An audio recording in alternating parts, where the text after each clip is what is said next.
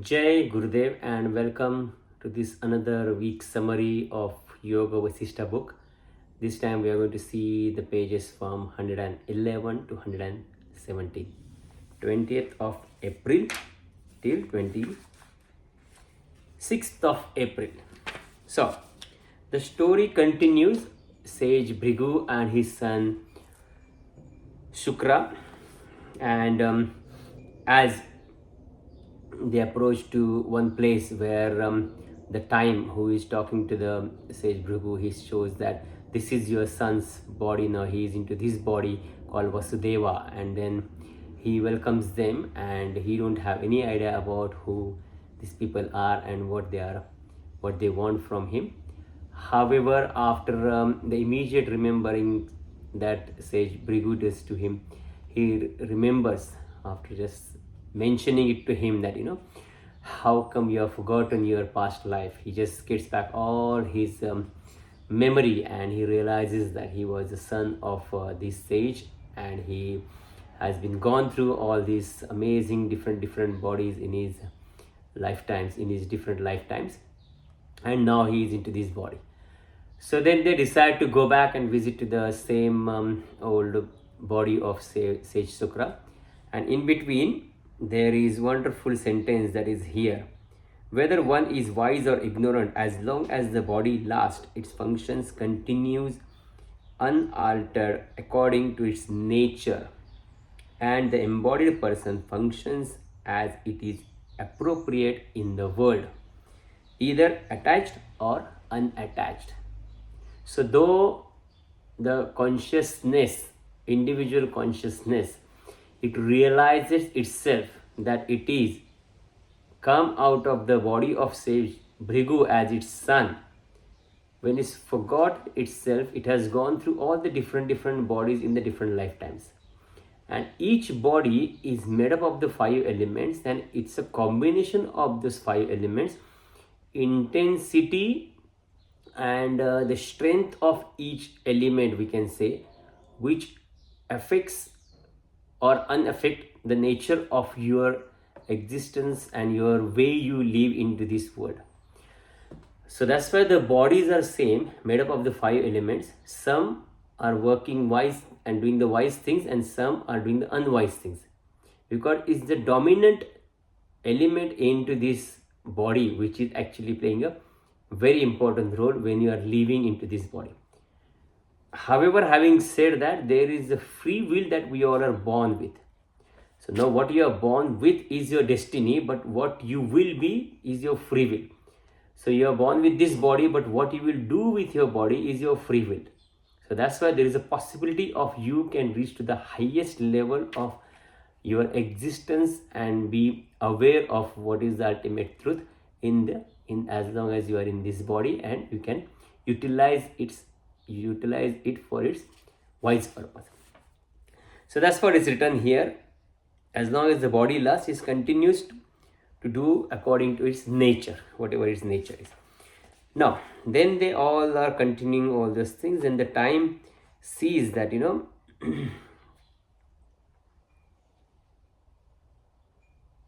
the time sees, and the time tells them, time reminds them that you don't need to be worried about you are his son and you are Sukra and you are living into this body. You can even abandon this body, because at the end of the epoch, when everything is going into the dissolution, you are going to leave all the bodies. So why you are worried about this body as well? It's kind of just reminding for him. O son Bhrigu, abandon this body of yours and re-enter your other body. At the end of the epoch, you will give up that body, never to become the embodied again. So as long as you have reached the purest form of your existence, then there is a possibility that you will not get any body after the new evolution starts, and the time vanished after that. Now,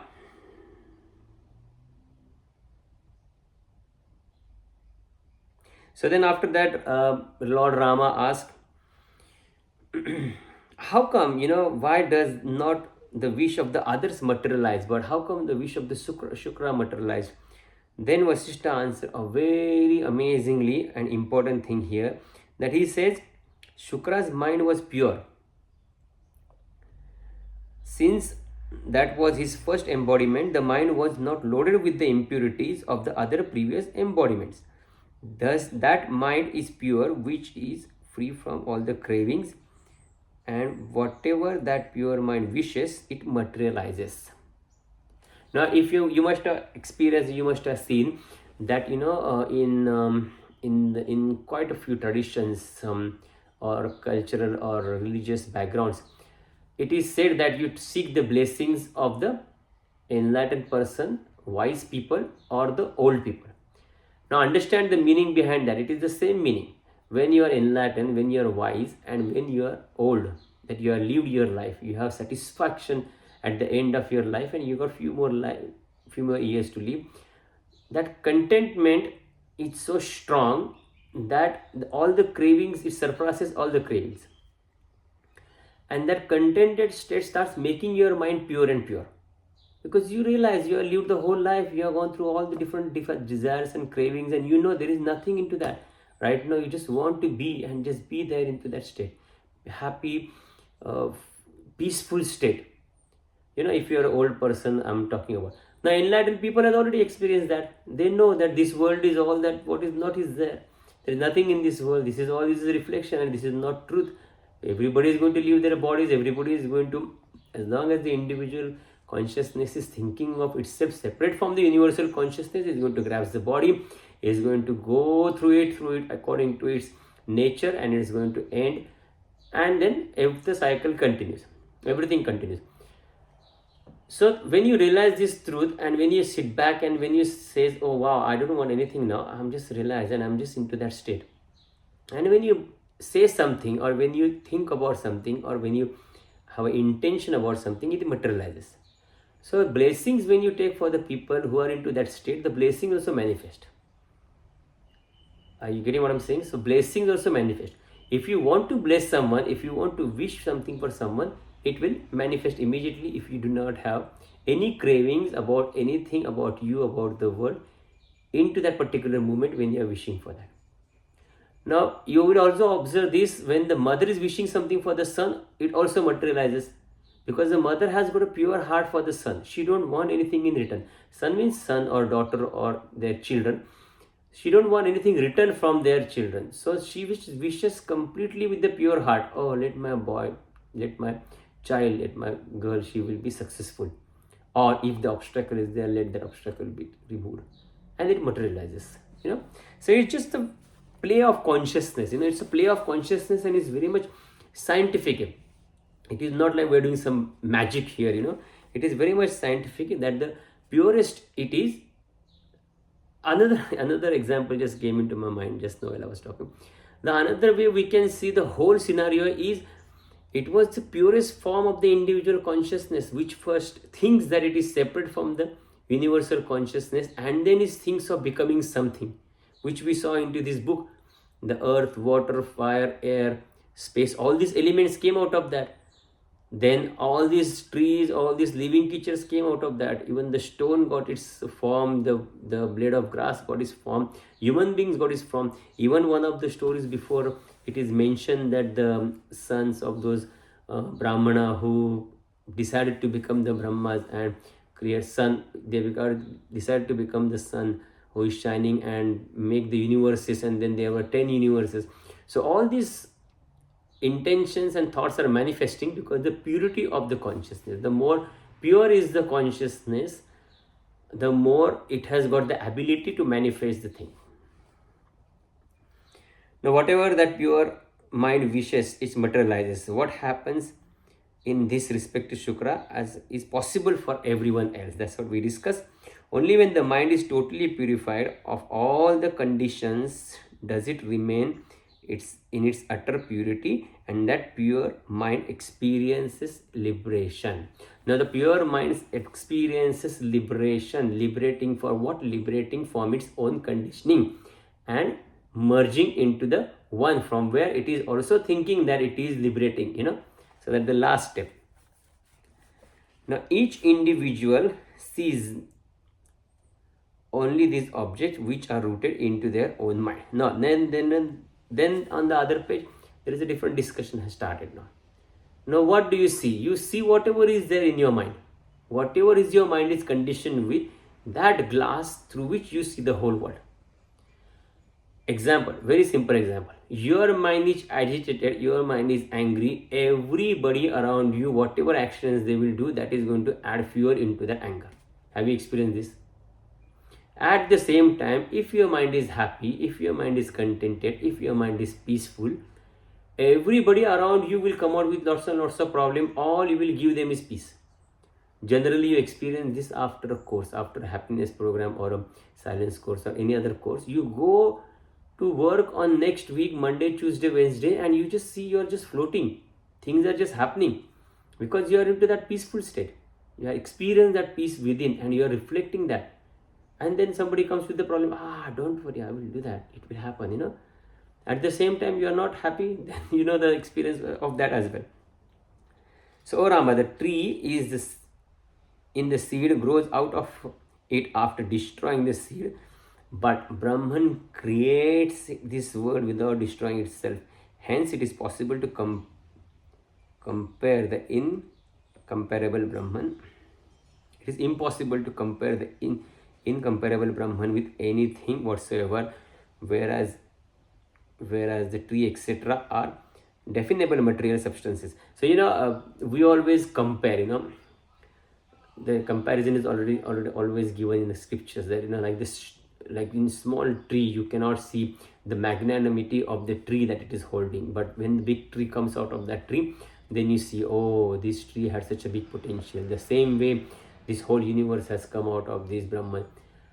However, here he has argued with that particular concept we are following and said it is not correct to compare with that because the tree gets destroyed and the tree comes out. However, in this situation, the Brahman has not destroyed. The Brahman has remained itself and the creation has come out. So it's better to compare it. If we were to compare and understand intellectual level, it is again said here it is not possible to compare. But I can give you the analogy of the space, like the space is there. Now just imagine there is a space. There are no planets. Just a blank space. And now in that space, the planets have come. The galaxy has come. The universe is there. Now in that universe you are living. In that universe is your house. In that earth planet is your house. And in that earth planet there is a space. Now this space is also there and that space is also there. What is the difference?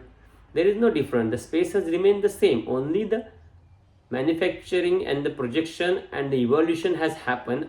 For that we are giving the different names to the different places. You call it as your home, I call this as my home, somebody else call it as their home. Are you getting what I'm saying? The same way, but the entire space is already there. If all the planets will disappear tomorrow, all the galaxies will disappear tomorrow, the space will still remain same. And if there are 100 times more planets or galaxies will come into this, then also everything will be same. It is not getting affected. Something like that, just for you to imagine on the intellectual level. When the self is seen as an object, the seer is not seen. As long as the objective universe is perceived, one does not realize the self. So this is very important. This is amazing, When the self is seen as an object, the seer is not seen. Now you are sitting for the meditation and you are imagining, oh my goodness, I can see myself as a light. Now you forgot, you lost it. Because you see yourself as a light, then who is seeing? Then what is that then? If you see objectified yourself and if you're watching it, then the subject is not self. Then what is that? So this is very interesting thing. As long as the objective universe is perceived, one does not realize. The same way, the same way what we say, that if you see something as your projection, then you are seeing there, but you are lost yourself. If you see self there, then you lost it. But the moment you got connected with here, then you realize, oh my goodness, everything had just come out of that, but there is no subject and object. You will surpass the subject and object level as well. See, understand this. This is a little bit getting advanced. Now, initially when we start understanding the spirituality and especially the scriptures, you need to have a reference point somewhere because our mind is not yet ready to grasp the unlimited or purest knowledge. So that time we give this example. Oh, imagine there is something inside you which is witnessing, and that is a subject, and the object is your body, the object is your mind, the object is blah blah blah. And then you witness, and then you go witness, and then you go back to the source. Now, once you reach to the little bit advanced level, then you know that, oh my goodness, there is no subject, there is no object. Because the moment you become subject, you realize that there is no object. That's why the existence of the subject is there. You take out the object, there is no subject. You take out the subject, there is no object. Everything is just one. Everything is just one. However, again, the example has given, like from one wood, all the different wooden objects has come up. From the one clay, all the different clay pots has come up. From the one gold, all the gold ornaments has come up. From one ocean, all the different waves have come up. The same way, this everything has come up from its things, and because of the five elements, it is solidifies and gets its own shapes and sizes. It is only when the division between the seer and the seen is given up, only when the two seen as one, then the truth is realized. That's what we discussed just now. There is no object which is totally of a different nature than the subject, nor there is a subject self as it is seen if there were an object. There is no division of such. Now then, on page number 114, 23rd of April, the continuation happens there. A painted pot of the nectar is not a nectar. A painted flame of fire is not a fire. A painted woman is not a woman. These are just the words for the ignorance. On account of this consciousness, the world appears into the jiva, and there are jiva within jiva, and it's in infinite form.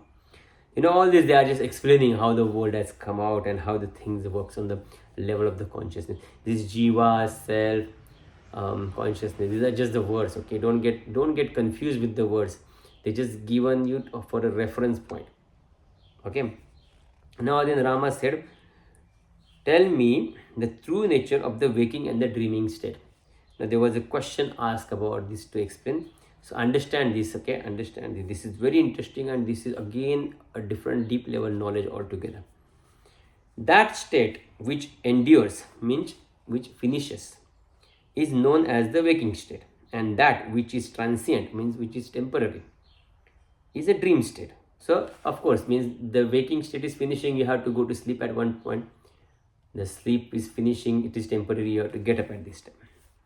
During the period of even a dream, it takes the characteristics of the waking state. Now when you are dreaming, are you aware of your waking state? No, you are not aware of your waking state. You forgot whosoever you are. However, you are aware of the dream that you are, and you take a dream body into that dream, and you start living the dream as it's your waking state. Is it making sense? In your dream, you assume the dream body, and you start becoming a part of that dream, and make that dream as a waking state reality when you are into that dream. So that's why it said, during the period of even in the dream, it takes the characteristics of the waking states and the state, and when the waking state is realized to be the fleeting nature, it gets characteristics of the dream. And in the waking state, when you are awake and when you realize you are lost into your mind, into your thoughts, and the time is just passed quickly, then what is that? That is a dream itself, because you assume something on the level of the mind which has taken the form of the dream, and then you're lost and you're not into this waking state, you're into the fleeting nature. Fleeting nature means it just passes quickly without you realizing it. So that becomes a dream. The two are same. The two are same. Now this is very important. Now, do you have a capacity or do you have a power that you can say today that I'm going to dream about this and I'm not going to dream about that? You do not have that power, right? You are just completely helpless as long as it comes to the dream. Now the same thing happens in the waking state as well. You do not have any power and control over your birth, over your body, over your name, over your things, nothing. Everything is uncontrolled. You do not have even the power that what next thought will come into your head. You do not have any control over what will be next minute for you, what will be next hour for you. We assume and we presume that there is this conditions, these things will remain as it is, what we want it to be, and then I will act accordingly. Tomorrow when you will go to the job building will be there, people will be there, your desk will be there, and then you assume, and then you make a plan. Oh, if I will go there, I will do this job, and I will finish my list of the to-do list. I will come home, the home is there, everybody is there, and then I will cook the food.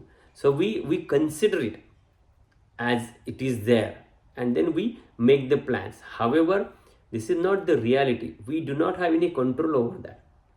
We do not know, we do not have the control over our body. This body is born, we do not know how it's growing, how the way it's growing, and everything, we do not have control of the thoughts and our actions. That's why it is saying it is like a dream. You do not have any control, it's just happening the way it should be happening, and every moment is fresh, every moment is new, every moment is so pure and so complete in its own, and you can just put your efforts into that moment the way according to your understanding and the way your ability is. And that's what makes the most out of your life. Spontaneous action in every moment, the two are the same. That consciousness which is awake even in the deep sleep, which is also the light and shines in the waking and the dreaming. Thus dreaming, waking and dreaming is the transcendental consciousness, turiya state. So ask yourself, when you are dreaming and when you are witnessing the dream, what is that which is witnessing the dream? That state. And when you are right now living the whole day, what is that which is witnessing that you are doing all those things throughout the day? That's it. That is the transcendental consciousness that you have. It is very difficult to establish into that state, though you might get aware of it every now and then for a fraction of a second, because we don't know how to establish into it, and we are used to doing the actions on the level of the mind and the body. And there where you go, where that state is, there is no action there. That's why the mind gets restless, the body gets restless, the intellect gets restless, the ego gets restless. How can I exist if I'm not doing anything? And that's why it pulls you out of that. Again, what is that you know for sure right now is witnessing and telling you that you are listening to this through your ears, through your body, through your mind? And what is that which also gives you the confident yes answer that witnesses your dream and tells that yes, I witnessed that dream, I was there, or it was there? In both the scenarios, you will see the body and the mind that you think yourself as is not in the purest form, or what you think you are in that form. It's just a concept. Think over it, okay? So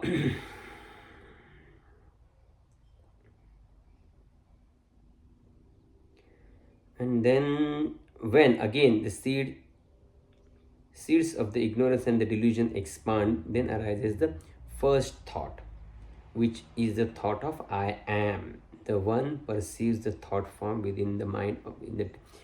So when you're about to wake up from very deep sleep, what happens? Understand what happens. You are completely one with the universal consciousness. You are even forgotten that there is an individual consciousness exist. Then all of a sudden, yes, your individual consciousness becomes aware of itself, and in its pure form, into the pure form of amness. There is nothing like I am is also there.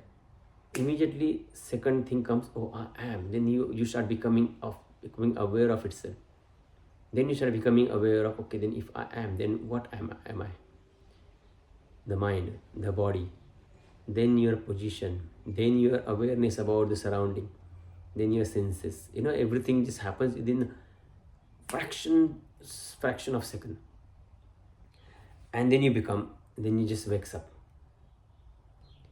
So why it is said that in the early morning at 4 o'clock, it is a good idea to meditate and get up and do all those things, because you're supposed to be into this state naturally, completely down, back into that source where there is nothing. Even the feeling of I am is there in its satellite form.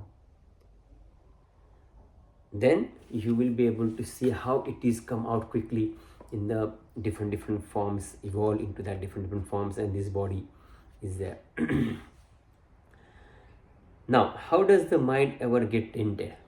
Now, this is a very beautiful question. He said that the mind is impure is experience of everyone who strives for liberation. Depending upon one's particular point of view, everyone describes it differently. Now, just the air coming into the contact with the different scents, it grabs that sense the same way. It is the mind again that provides the fuel and functioning of the organs of the action, and the body suitable for the energy activating the sense. Yeah, it is the same way. So the mind entertains the different notions, like the air entertains the different sense and becomes one with that. The mind entertains different notions and takes that moods and creates the body suitable for them, and the energy activating senses enjoys the fruition of it. Now it is the mind. Now understand this again. It is the mind who is entertaining that notion. Now what is the notion in your mind right now? Suppose you have to go home and do something, or after this session you have to do something. Now that notion will take into its form, and the mind will decide its mood and create the body suitable for them, and the energy activating the senses and enjoy. Suppose there is a notion in you that I'm going to cook a cauliflower vegetable thing. Then the cauliflower will come in front of you, the cutting will happen, everything will happen, all the actions will happen, the cooking will happen, and at the end, after a few hours, you will see that yes, you are eating that thing, and now that thing has become a part of you tomorrow. So like that, every action that you are doing, it's taking its form in the mind as an action first, and then reflecting on the level of the body through the mind. Mind is everywhere devoted to dharma, wealth, pleasure, and freedom. But everyone has a different definition of these and is convinced that the definition is the truth. And it is the concept in the minds about all those different things around you that tells you that this is the truth. That's why there are so many religions, and everybody thinks my God, my religion, my guru is the best, because it's our concept in our head. However, the real truth is surpassing all those things. Rama, the bondage is none other than the notion of an object. This notion is Maya, ignorance. It is the cataract that blinds the sun of the truth. It is the darkness when one approaches even in in darkness when one approaches even in lion's empty cage, he is afraid, because the concept inside you is I am going into the lion's cage. The lion's cage is empty, but you will be afraid of that. And even so, one ignorantly believes he is imprisoned into this empty body. So who are you? Are you still thinking you are in your body, or you are imprisoned in this body? Think. The notion of I and the world are but the shadows, not truth. Such notions alone create the objects, and the objects are neither true nor false. It is only when the mind has become devoid of all the attachments, when it is not swayed into the pairs of opposite, when it is not attracted by the objects, and when it is totally independent of all supports, that is freed from the cage of delusion.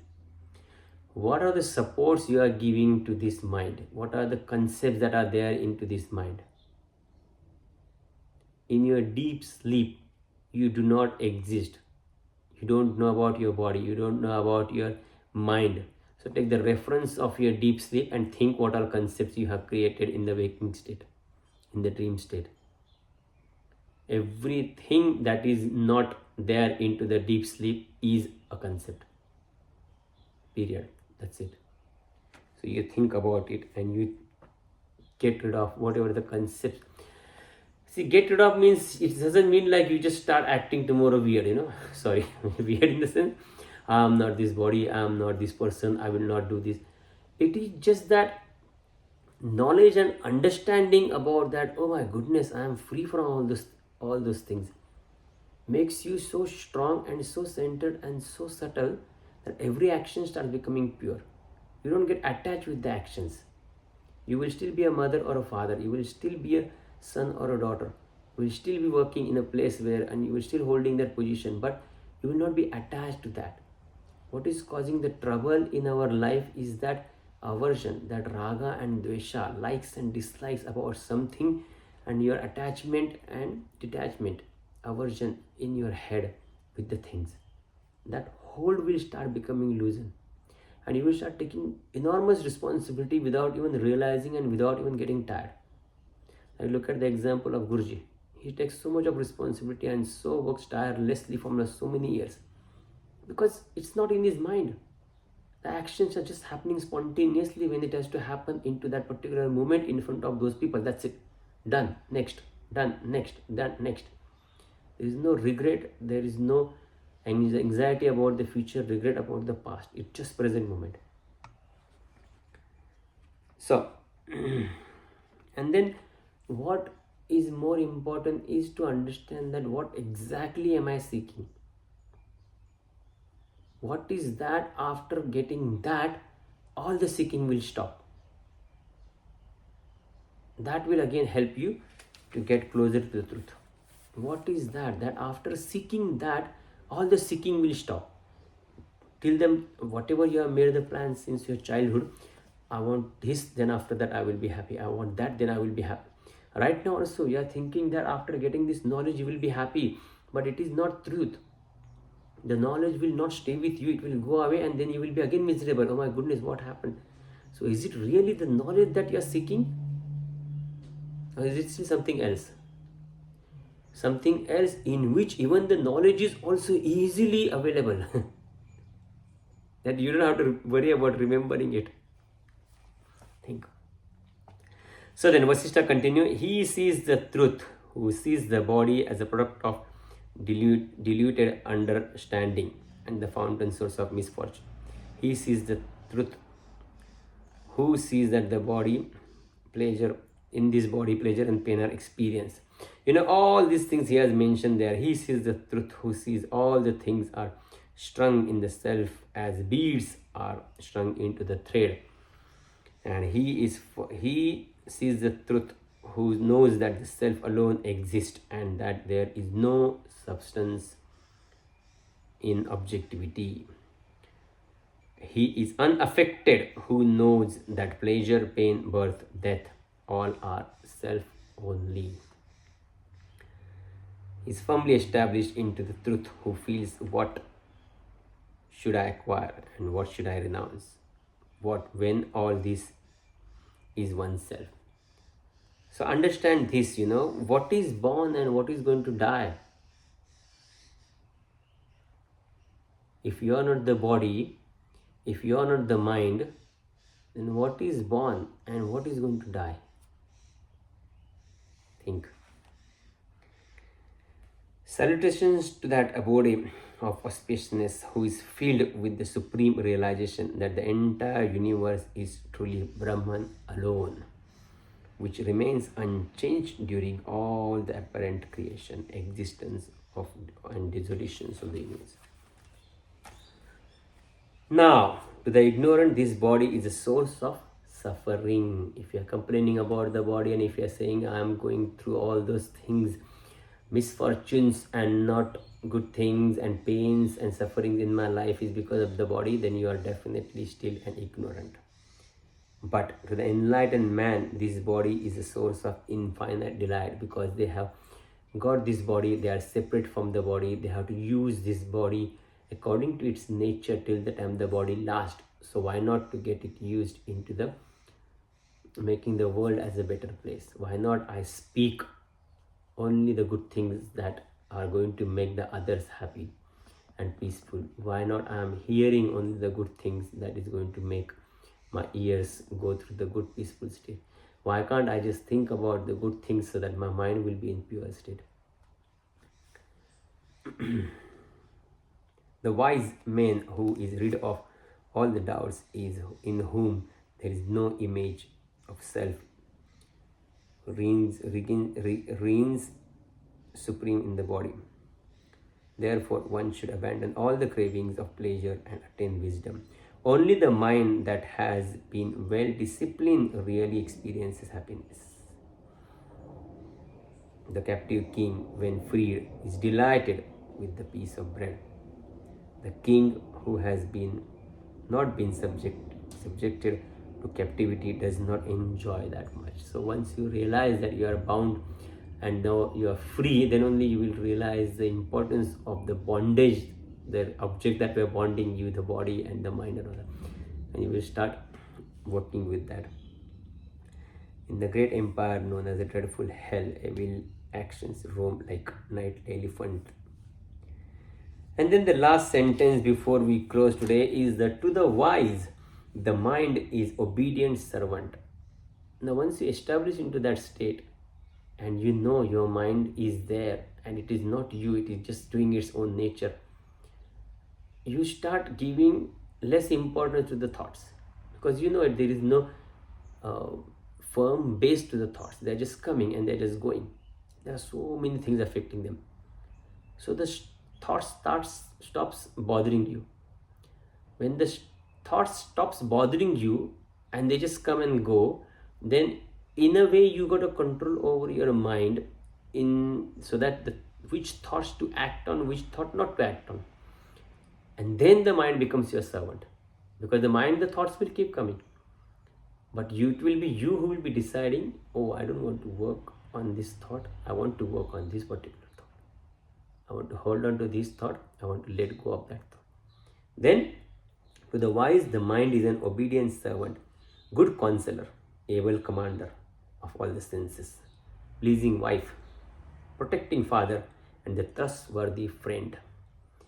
It impels him into good actions. That's the end of the today's session. Next week we are going to start another story that Sage Vasishta is going to talk about. So till then, think about whatever we discuss. Discrimination, Viveka, is the key to understand what is pure, what is not pure, what is truth, what is not truth, what is right, what is not right. So keep doing that, keep munching this knowledge, and stay safe and healthy. Jai Gurudev. Bye bye.